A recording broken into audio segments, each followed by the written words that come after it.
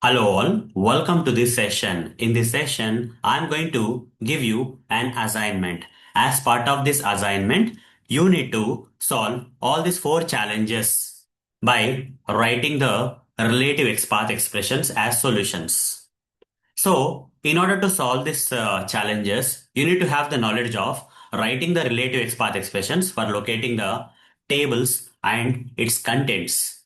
So, this concept I have already explained in the previous session. So, if you are not aware of writing the relative XPath expressions for tables and their contents, you need to watch the previous session in this course and come back to this assignment to solve it. Fine? Without that knowledge, you cannot solve any of these challenges. Now, let me explain this assignment for you what you need to do.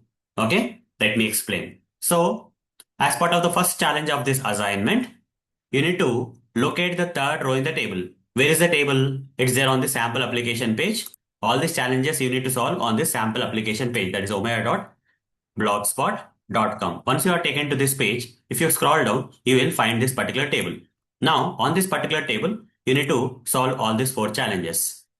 As per the first challenge, we need to locate third row in the table. Okay, you need to write a relative XPath expression for locating the third row. So here, how many rows are there in this table? 1, 2, 3, 4, 5. Okay, you need to locate the third row. This row you need to locate by writing a relative XPath expression. Okay, that's the first challenge of this assignment. Now let me explain the second challenge. Locating second heading in the table. By writing the relative XPath expression, you need to locate this age.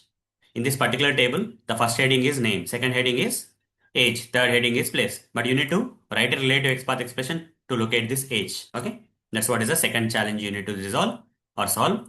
Now, third challenge, locating third data row and second column in the table. Third data row, it's not third row, guys. Okay, it's not third row, it's third data row.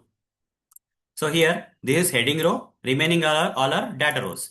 In all the data rows, how many data rows are there? 1, 2, 3, 4 are there. The first data row is this one, second data row is this one, third is this one, fourth is this one. Now you need to write a relative XPath expression for locating the third data row. Third data row means this one. Okay. In the data rows, there are four data rows, first, second, third. Third data row, and in that third data row, second column.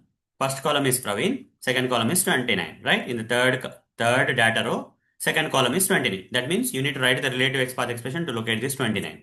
Okay. Then last challenge is locating first column data in the table. Okay. In this particular table, what is the first column? This name column is the first column. But you need to locate only the data which is there under the name heading. Okay.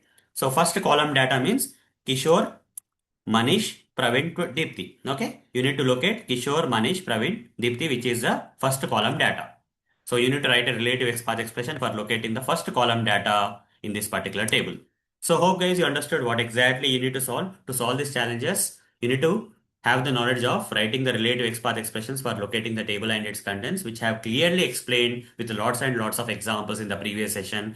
Without going through the previous session, you cannot or you won't be able to solve these challenges by yourself. Okay, so refer to the previous video, get some knowledge, come back here and solve these challenges. So that's all for this session. See you in the next session. Thank you. Bye bye.